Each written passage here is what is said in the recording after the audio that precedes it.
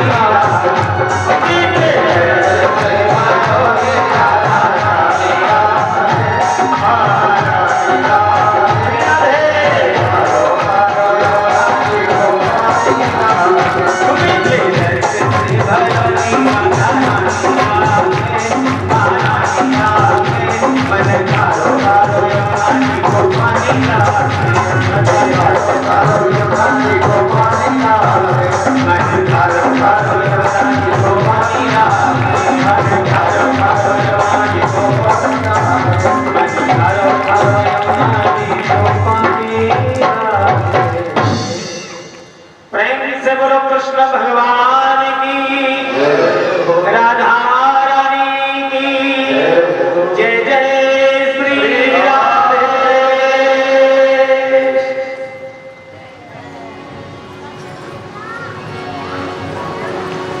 परम पावन गंगा के किनारे श्री सुखदेव भगवान राजा परीक्षित को कथा श्रवण करा रहे।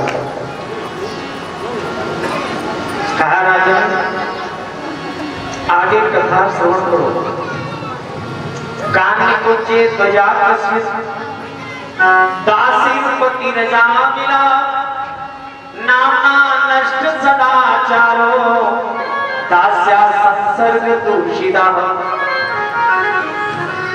कान्य को चेत ध्वजा कन्नौज नगर में किसी समय एक ब्राह्मण रहता था जिसका नाम था अजामिल।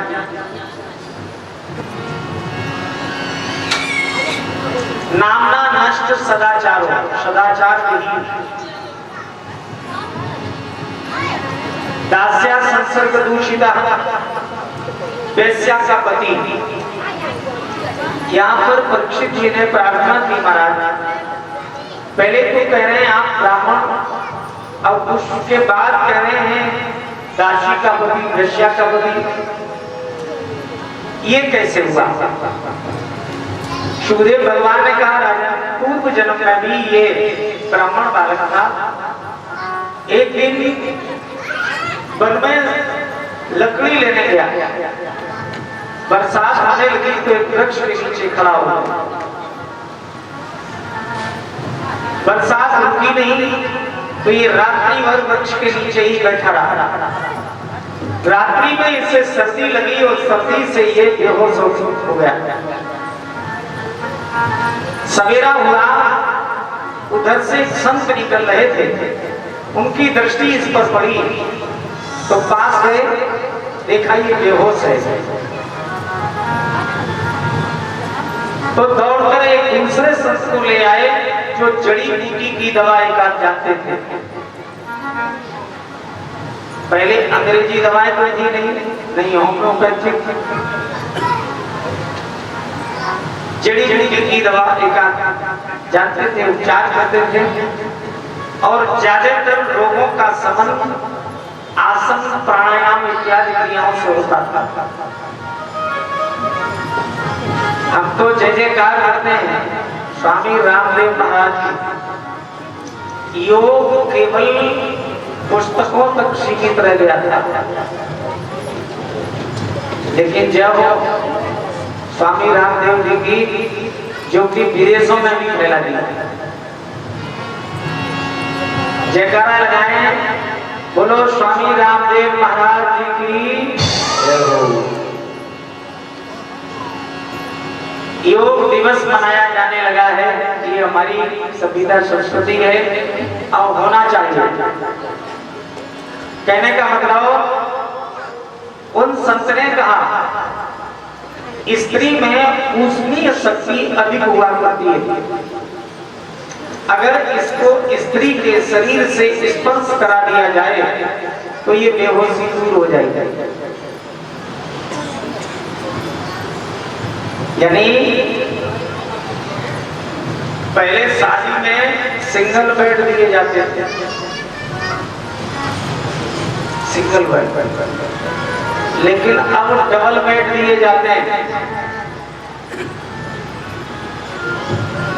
राजेश भैया, यानी मरने का साधन पहले दे दिया जाता है, जल्दी मरो। गृहस्थी कर्म करने से इतना प्रभाव नहीं पड़ता जितना कि स्त्री के स्पर्श से प्रभाव होता है। ये आयुर्वेद का मत है। बोलो गोविंद भगवान की। उन संत के कन्या थी, संत ने कन्या से प्रार्थना की, बेटी एक ब्रह्मचारी मरने जा रहा है, डिस्कस बाद में गुप्ता जी, डिस्कस बाद में, अभी तो केवल सुनते रहो। बोलो वृंदावन बिहारी लाल की। उन संत के कन्या से प्रार्थना की बेटी, एक ब्रह्मचारी मरने जा रहा है, ब्राह्मण उसके प्राण बचा ले, उस कन्या को भी दया हुई। संत ने लिखा कि मुनि तनया दया तपस्वी पे अति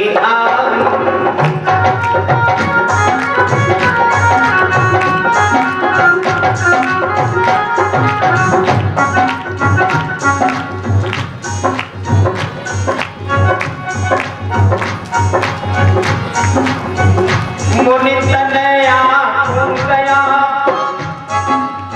तपस्वी पे अति आई, संगनि लयो लगाई उष्णता तो जारी।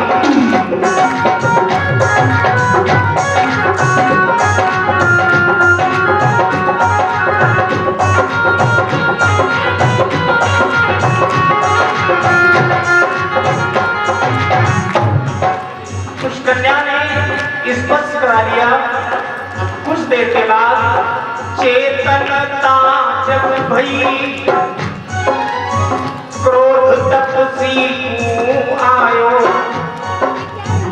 बन बेचा तू नारी धर्म देखो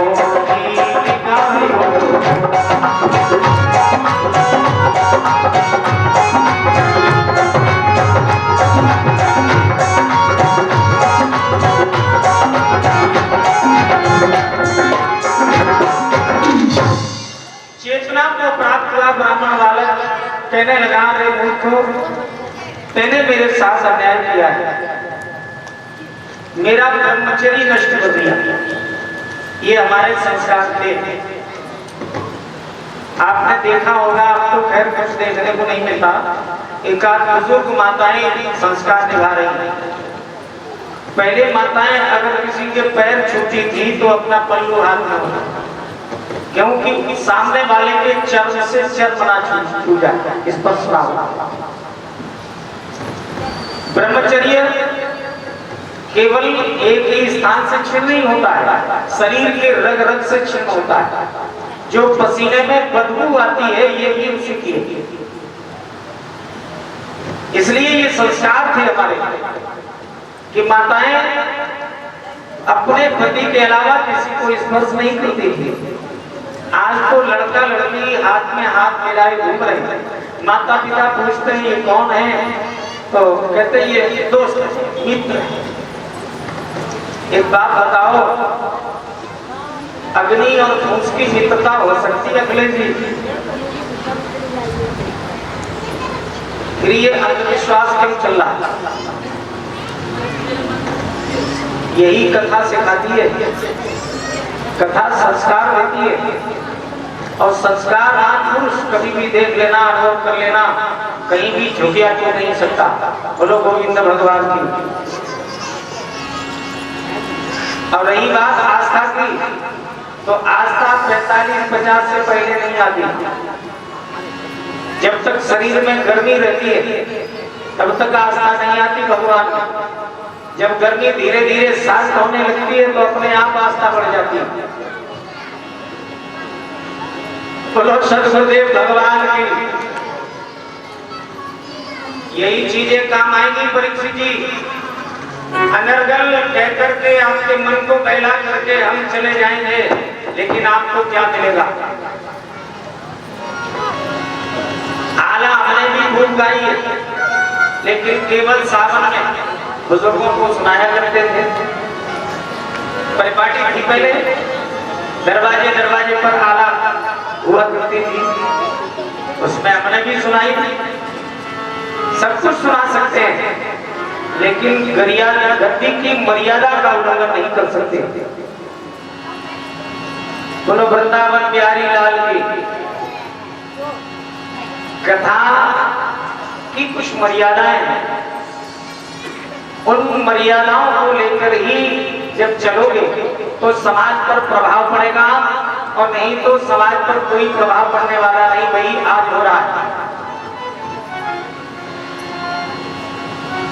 जी हाँ, ये समाज सुधार के लिए कथा विषय है। केवल मन बहलाने के लिए नहीं है,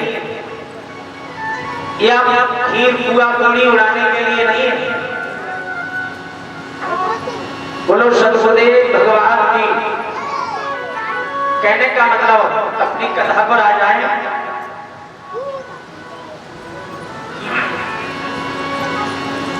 उस कन्या को श्राप दे दिया ब्राह्मण बालक ने, मेरा ब्रह्मचर्य नष्ट कर दिया, मैं श्राप देता हूं कि तू वैश्या हो जा।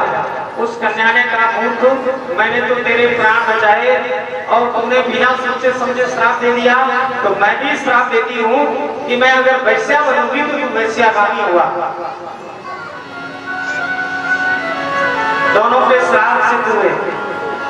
ये ब्राह्मण बालक हुआ, यद्यपि माता पिता पत्नी बच्चे सभी थे, लेकिन एक दिन वन में वैश्या को देखा तो देख करके मोहित हो गया। वैश्या के साथ ही रहने लगा, घर त्याग किया। समय बीता, ये राहगीरों को लूटता है, संतों को लूटता है।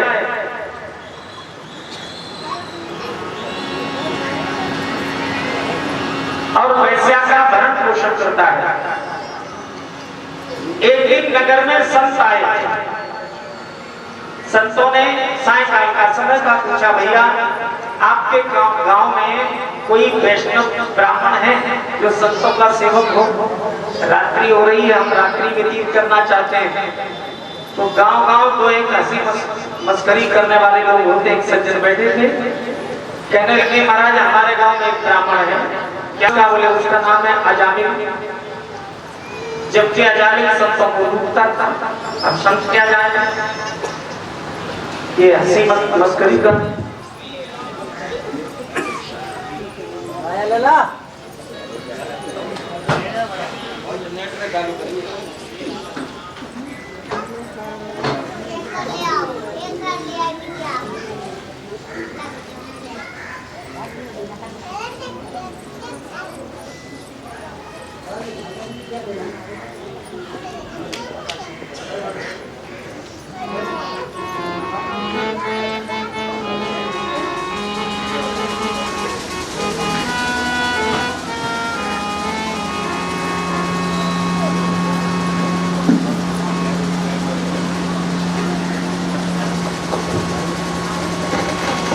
जय राधा रमण गिरधारी, गिरधारी श्याम मनोहारी।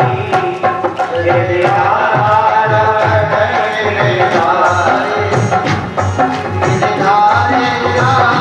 रमण गिरधारी, गिरधारी श्याम मनोहारी। गिरधारी श्याम मनोहारी, गिरधारी श्याम मनोहारी। जय राधा राधा, जय राधा रमण गिरधारी, गिरधारी श्याम मनोहारी। जय राधा रमण गिरधारी, गिरधारी श्याम मनोहारी। जय राधा रमण गिरधारी, गिरधारी श्याम मनोहारी। जय राधा रमण गिरधारी, गिरधारी श्याम मनोहारी। से बोलो वृंदावन बिहारी लाल की जय। संतों ने कहा, भैया उनका निवास कहाँ है? वो सज्जन कहने लगे, महाराज सीधे चले जाओ, आगे बड़ा सा बरगद खड़ा है, बस वही उनका दरवाजा। संत चल दिए। संत तो अजामिल के दरवाजे पहुंचे, आवाज दी तो अजामिल तो थे नहीं, वही वैश्या निकल कर आई। स्वागत किया, आओ महाराज पधारो। बोले ब्राह्मण देव अजामिल का घर यही है? बोले यही है महाराज। बोले आप उनकी पत्नी हैं? बोले जी हाँ। हम आपके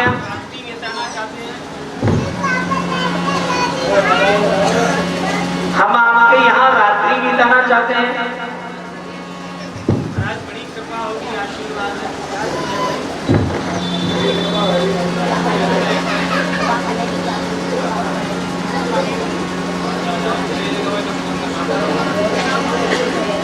गोविंद भगवान की। संस्कार जागृत हो गए पूर्व जन्म के महाराज, बड़ी कृपा होगी, आशीर्वाद है, रात्रि व्यतीत कीजिए। अजामिल कहाँ गए? बोले बाहर गए काम से। संत वहीं ठहर गए, भोजन बनाकर खिलाया। रात्रि में संत राह देखते रहे, अजामिल आ जाए तो मुलाकात हो जाए। प्रातः ही सुबह निकल जाएंगे।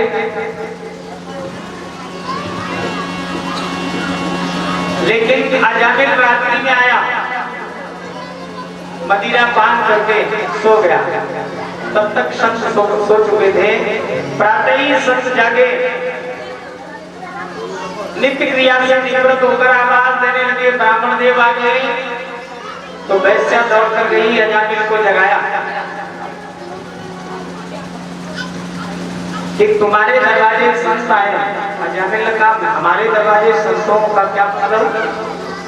उनसे कहो अपनी झोलियां छोड़ जाएं और भाग जाए। वैश्या ने कहा देखो आप भले ही संतों को लूटते हैं, लेकिन आज संत आपके दरवाजे आए, आज आप कुछ नहीं कहेंगे। बात मानता था। बोले जाओ, संत आपको बुला रहे हैं, वो जितना पूछे उतना ही उत्तर देना है। चल दिया, बाहर निकल के आया। संतों की दृष्टि पड़ी। संतों ने कहा महाराज जी जय सिया राम। ये बोला जय सिया राम। महाराज आप ही ब्राह्मण देव अजामिल हैं। बोले इसमें भी कोई शंका है? ये हमारा ही घर है। संतों ने कहा महाराज बात ये कोई रिश्तेदार भी आ जाता है, इससे ही पूछ लिया। बोले नहीं नहीं हम ही आ जाते। महाराज आप बड़ा भाग्यशाली हैं, आपकी पत्नी बड़ा संस्कारी है, बड़ा सेवा की। मैं शाम से आपके यहाँ ठहरा हूँ। महाराज आपके कितने बेटे हैं? बोले 3 बेटे हैं। क्या नाम है? बोले कालू खां, आलू खां, लालू खां। संतों ने कहा महाराज आप तो ब्राह्मण हैं, लेकिन आपके बेटों के नाम ये खां खां। बोले देखो हम तो ब्राह्मण हैं, लेकिन हमारी जो ये पत्नी है ये वैश्या। संतों ने विचार किया ये क्या हो गया? मैंने वैश्या से हाथ का भोजन कर लिया, 3 ईमान नष्ट हो गए, लेकिन इसका नमक खाया है तो मैं इसे कुछ देकर जाऊंगा। अच्छे संस्कृत जीवन में प्राप्त हो जाते हैं तो जीवन में कुछ भी प्राप्त करने को अछूता नहीं रहता, सब कुछ प्राप्त हो जाता है। आज संत कहने लगे अजामिल से, बोले तुम्हारी पत्नी तुम्हारे प्रति द्वेष रखती है। जो ही इतना कहा अजामिल कहने लगा बोले जो मेरी पत्नी के बारे में एक शब्द भी मत कह देना।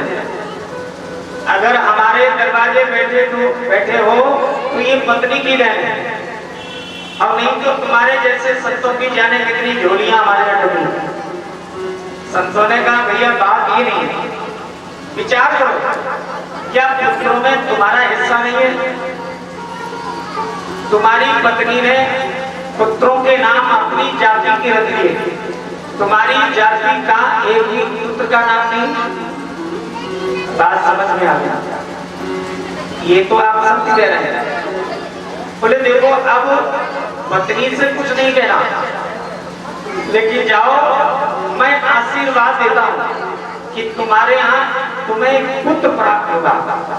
उसका नाम अपनी जाति का रखना, उसका नाम नारायण रखना। पुत्र के नाम के बहाने संत नारायण मंत्र दे रहे। अजामिल को संत तो चले गए। ये हमारी सभ्यता संस्कृति है। पहले नामकरण संस्कार होता था तो बच्चों के नाम ऐसे रखे जाते थे कि गृहस्थी जीवन में वैसे तो भजन का समय कितना मिलता है, पुत्र के नाम के बहाने ही प्रभु का नाम निकले। ये हमारे संस्कार। राम कृष्ण कृष्णकांत राम निवास प्रकार के नाम रखे जाते थे। लेकिन ये देवियां बादशाह की सविता जब हावी हुई, बोले कहाँ पंडित जी तुमने पुराने चाल के नाम रखी है, कम अक्षरों के नाम पसंद नहीं थे, तो अपने आप नाम रखे जाने लगे, पप्पू, अप्पू, आसू, आस। अब अंग्रेजी में आस कहते हैं गधा को, और शास्त्र का मत है यथा नाम तथो गुणम, बच्चे का जैसा नाम रखोगे वैसे गुण उत्पन्न होंगे। अब बच्चे का नाम रख दिया गधा तो गुण कैसे होंगे? सभ्यता संस्कृति की सब सीताराम हो गई। अपनी सभ्यता संस्कृति के शुद्ध शब्द हैं माताजी, पिताजी।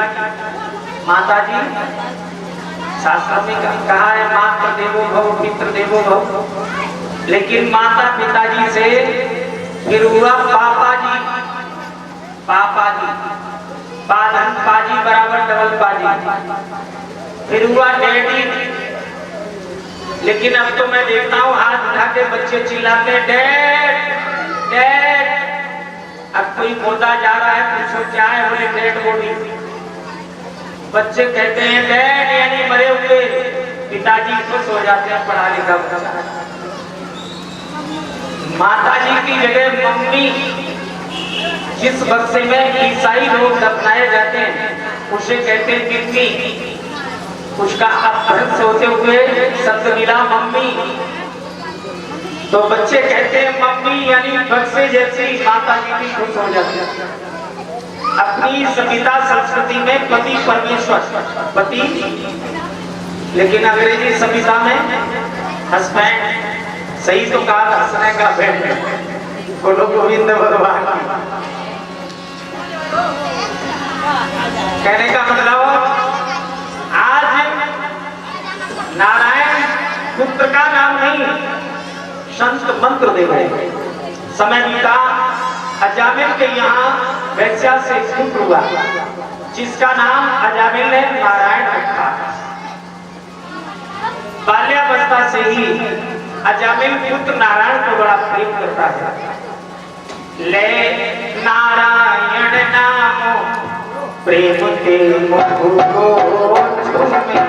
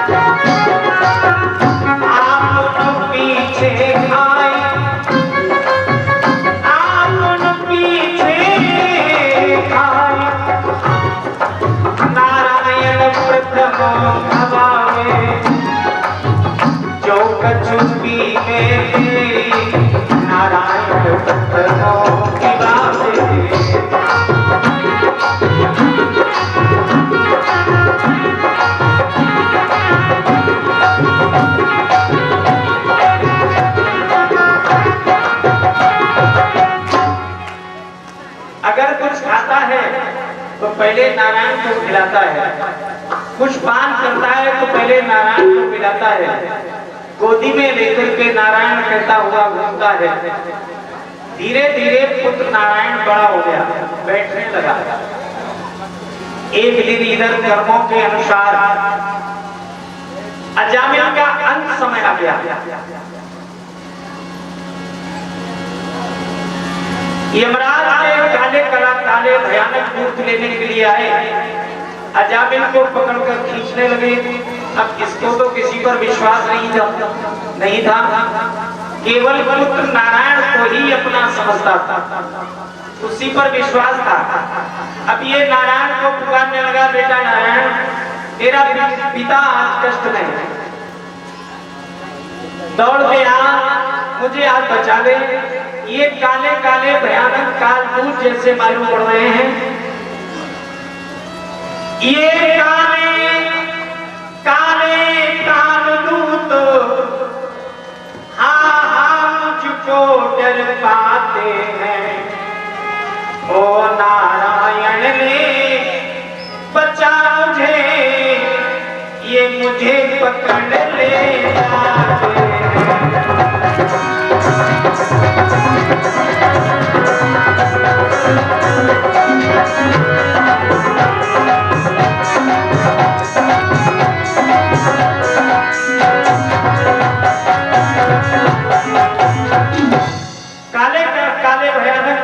जैसे मुझे पकड़ करके खींच रहे। नारायण दौड़ कर गया, तेरे सिवा मेरा कोई नहीं है। जिस समय दुखी होकर के ये आवाज दे रहा था पुत्र नारायण को, ये आवाज प्रभु के कानों में पड़ी। संत ने लिखा कि दुखियाओं का करुणा क्रंदन सचमुच प्रभाव दिखला।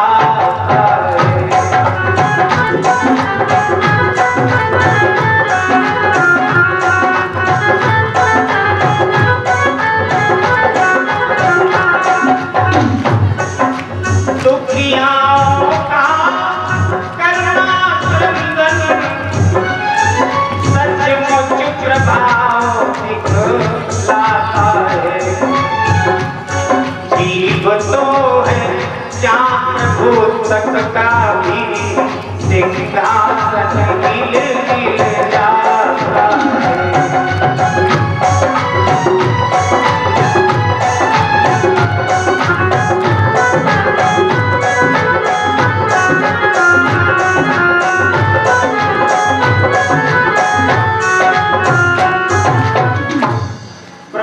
सिंहासन लगा।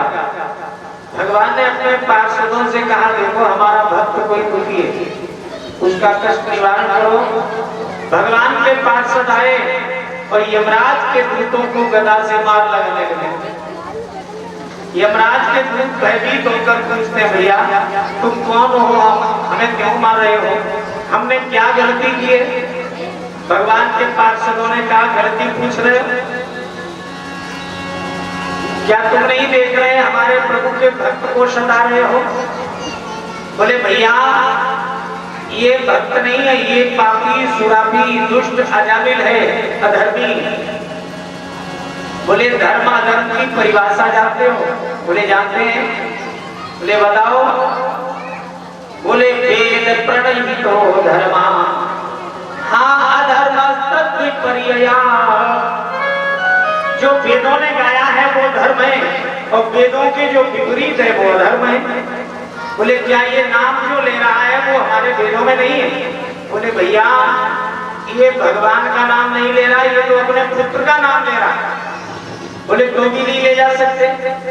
बोले अब क्या बात है? अब बात ये है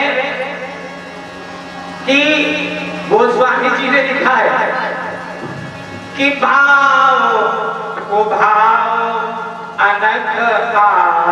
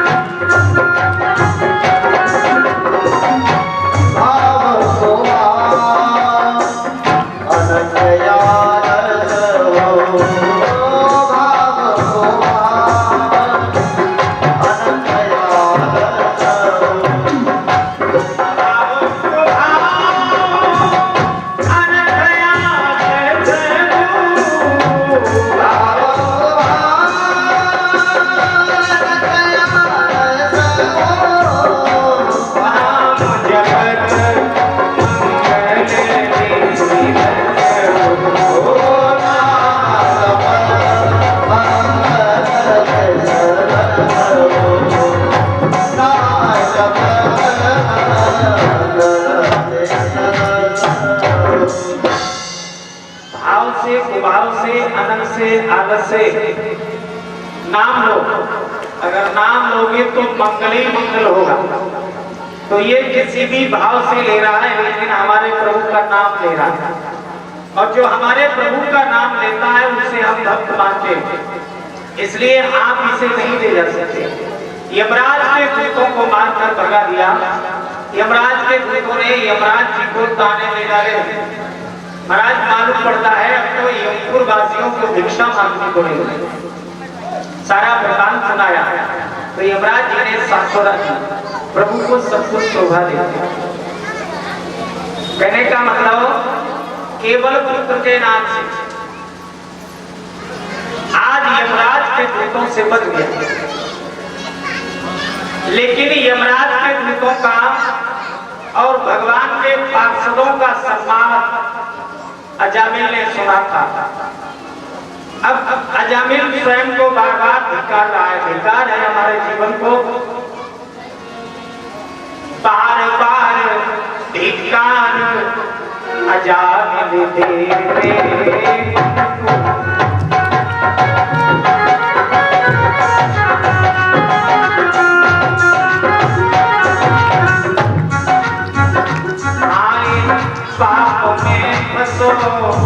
बुलायो मुझे तुझे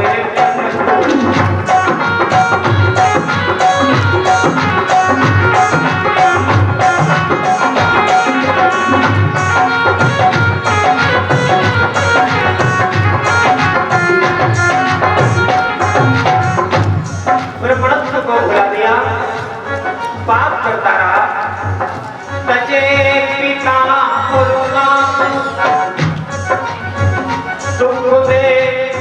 सुकुलीनो सजी सती समनारी मोह में स्याते।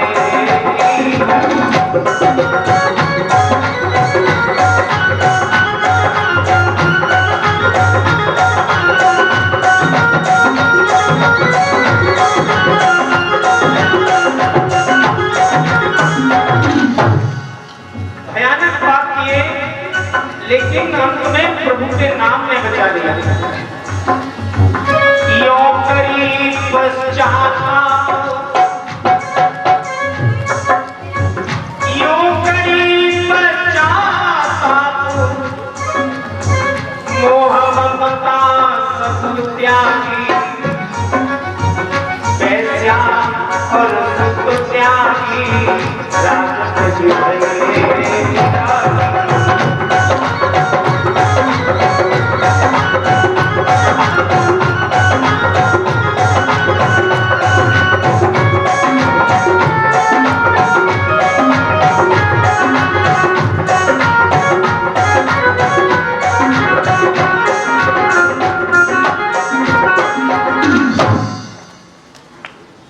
भय धारण कर लिया। वैश्य पुत्रों को त्याग करके हरिद्वार में जाकर योग का आश्रय लेकर प्रभु का भजन करता हुआ अंत में सदगति को प्राप्त हुआ। आज किसे कहते हैं वृक्ष जी, आज कहते हैं ब्रह्म को। आज से अजा हो गया, जीव ब्रह्म था।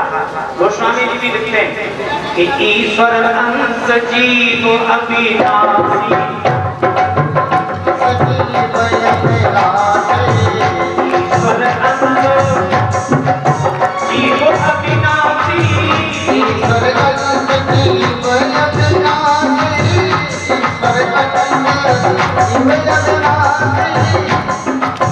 चेतन अमल सहज सुख राशि।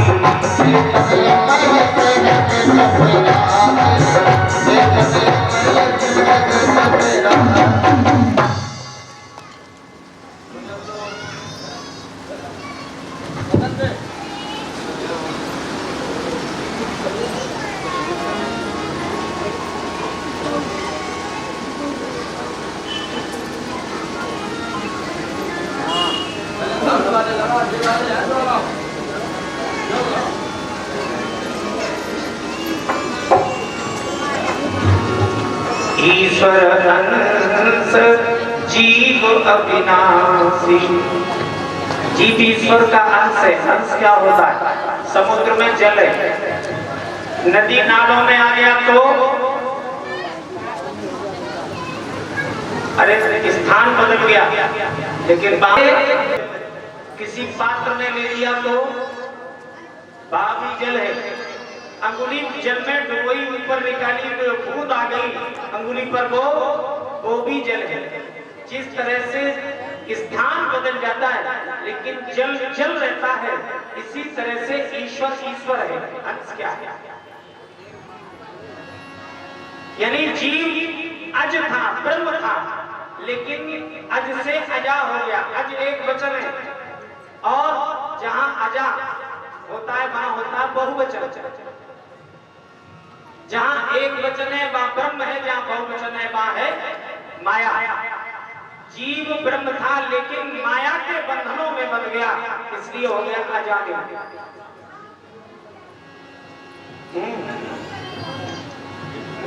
अतः अंत में चेतना को ठोकने लगकर ही मेहंदी रंग लाती है। पत्थर पे पीसने के बाद और सुरगुरु इंसान होता है ठोकरे खाने के बाद। जीवन में जब तक ठोकर नहीं लगती तब तक सुधार नहीं आता। गोविंद भगवान की अंत में चेतना आई और अजामिल सदगति को प्राप्त हुआ। यही एक सहारा है परीक्षित जी। कितना भी भटक लो, कितना भी भाग लो, लेकिन जब तक भजन में नहीं आओगे, भजन भज ना भज, भागना नहीं है, सब तेरे पास ही है। हाँ, एक संत ने बड़ा सुंदर लिखा, बोलो गोविंद भगवान की। कितनी भी तैयारी करो लेकिन अंत में लौट कर यही आना पड़ेगा।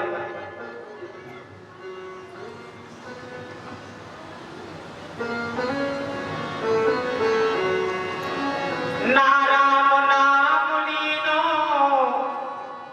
नाम कृष्ण नाम लीनो, तेने भरी जवानी में,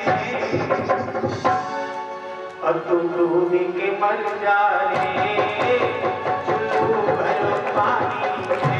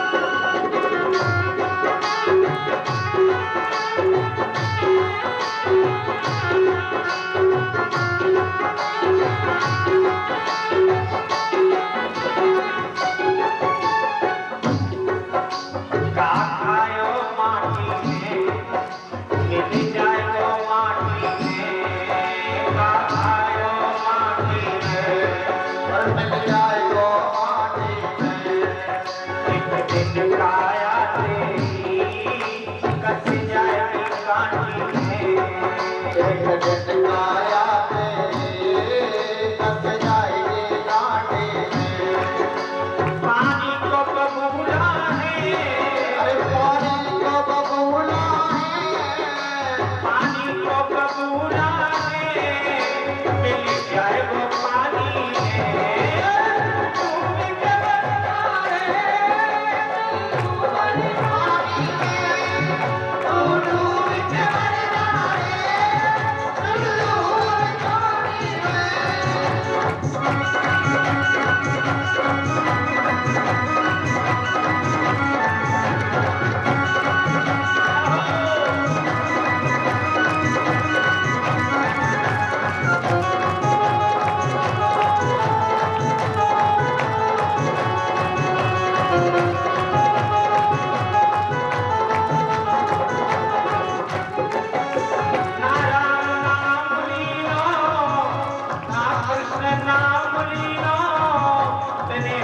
जवानी है दोनों बिन मर जाए चलो बरबानी है दोनों बिन मर जाए चलो बरबानी है।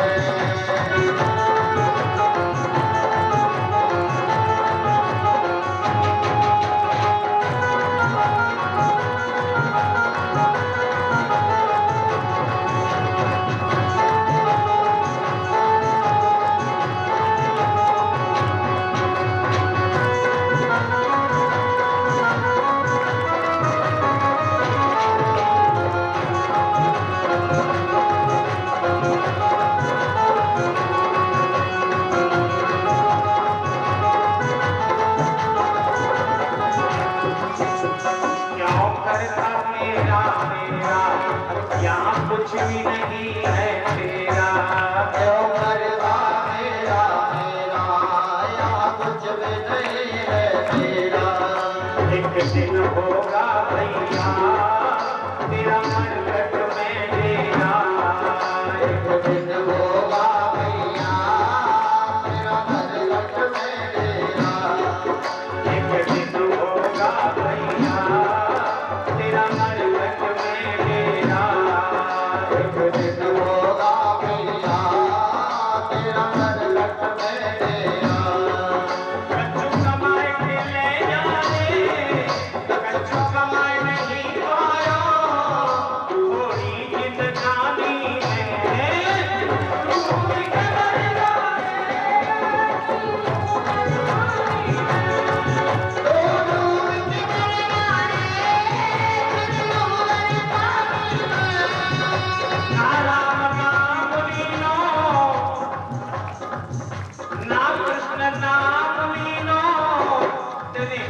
जवानी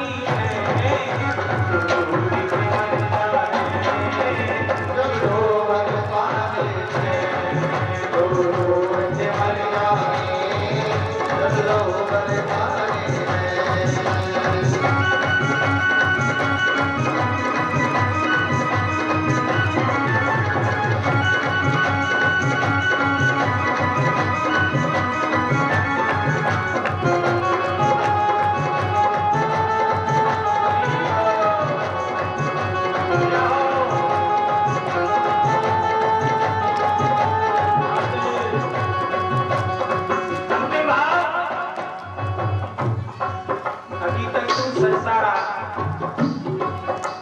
लेकिन अब तो एकाग्र हो जा कर सच्ची भक्ति है भक्ति में शक्ति है कर सच्चे भक्ति है और भक्ति में शक्ति है।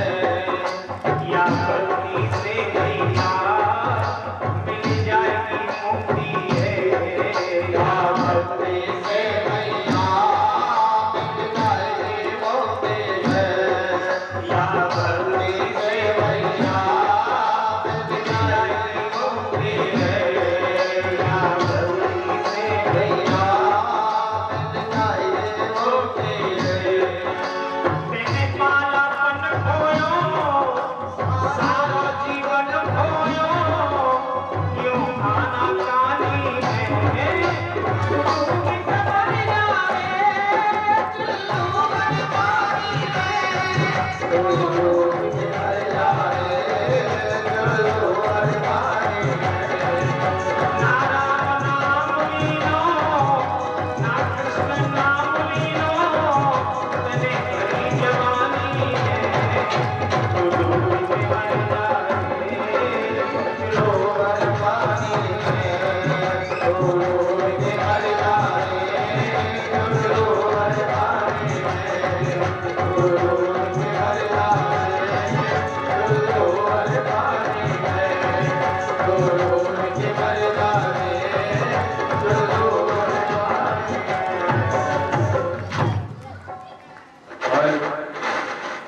सार्वजीवन खोयो खाना कानी में अभी नहीं, आज दिन अच्छा नहीं है, कल से शुरू करेंगे। आज मुहूर्त अच्छा नहीं है, कल से शुरू करेंगे। इसी कल परसों में सारा जीवन निकाल दिया। अंत में ध्यान रखना, एक भजन ही काम आएगा, यही संपत्ति काम आई। एक सुंदर दृष्टांत है। एक पुरुष था, बड़ा आलसी और बहुत खाता था, खूब खाए और मस्त पड़ा। घर परिवार वाले दुखी, गांव वाले दुखी। एक दिन कुछ संत नगर में आए तो गांव वालों ने संत से प्रार्थना की, महाराज ये बड़ा परेशान है, खाता पड़ा है, अगर आप सुधार सकते हो तो इसे ले जाओ। संत ने कहा ठीक है, कोशिश करेंगे। संत ने पास बुलाया, बोले मेरे साथ चलोगे? वो बोला ये बताओ आपके यहाँ खूब अच्छा अच्छा खाने को मिलता है? बोले बोले तो चलेंगे, लेकिन हमारी एक शर्त है। क्या शर्त है? बोले कभी हमसे भजन के लिए नहीं कहोगे।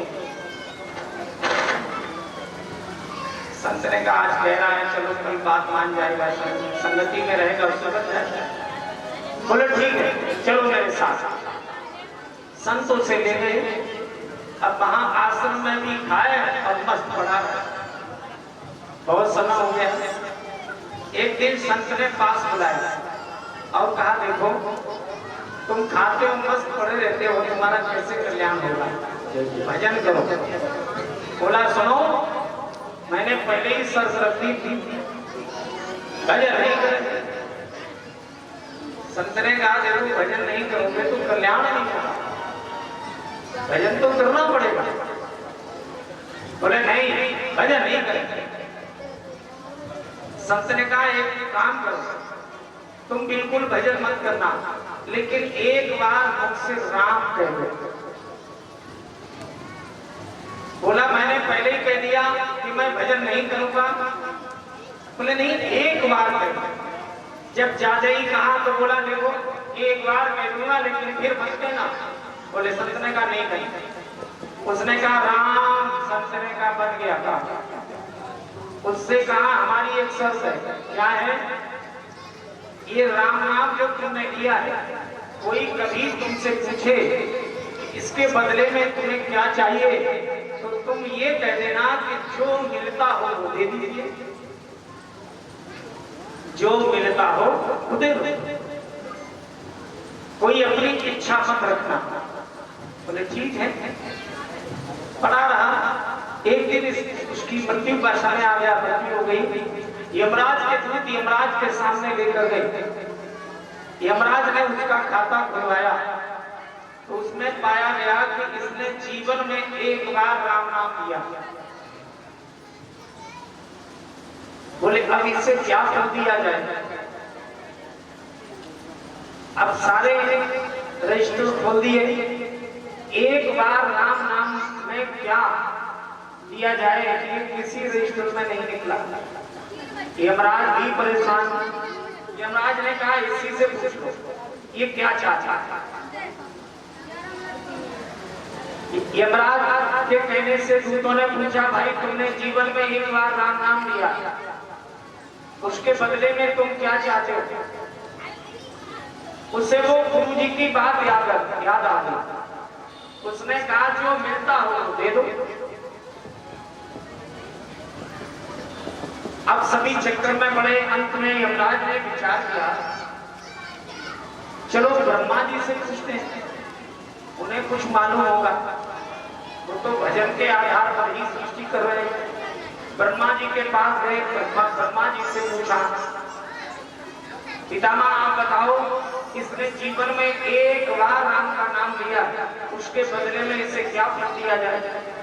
ब्रह्मा जी ने कहा देखो राम को मैं जानता हूँ, राम नाम जानता हूँ, भजन भी करता हूँ, लेकिन एक बार राम नाम लेने का फल क्या है ये मैं भी नहीं जानता। अब चक्कर में पड़ गए। ब्रह्मा जी भी नहीं जानते तो क्या करें? बोले देखो ब्रह्मा जी ने कहा मैं एक राय देता हूँ, शंकर भगवान राम नाम का जाप बहुत करते हैं, उन्हें जरूर फल मालूम होगा, शंकर भगवान के पास जाओ। यमराज जी लेकर के शंकर जी के पास जा पहुंचे, प्रणाम करके कहा भोलेनाथ आप तो राम भजन बहुत करते हैं, तो आपको फल भी मालूम होगा, इसने जीवन में एक बार राम नाम लिया है, इसका फल क्या दिया जाए इसे। शिव जी ने कहा देखो मैं राम का भजन बहुत करता हूँ, प्रभु से मिलता हूँ, जानता हूँ, लेकिन एक बार राम नाम लेने का फल क्या है ये मैं भी नहीं जानता। अब क्या करें? शिव जी ने कहा एक राय देता हूँ, क्यों इधर उधर भटकते हो, प्रभु के ही पास क्यों ना जाओ, उन्हीं के दरबार में जाओ, वही बताएंगे, उनका नाम है तो उन्हें फल भी मालूम होगा। यमराज जी लेकर के चल दिए, भगवान श्री राम के दरबार में पेश हुए। बोले प्रभु हम इसको लेकर आए, इसने जीवन में एक बार राम नाम लिया है, आपका ही नाम है, इसे क्या फल दिया जाए ये आप हमें अवगत कराएं। राम ने कहा देखो नाम तो हमारा ही है, लेकिन फल के बारे में हम भी नहीं जानते। फिर प्रभु क्या करें? बोले अब ये करो, अब इसे मेरे पास ही छोड़ दो। आपके पास? बोले हाँ।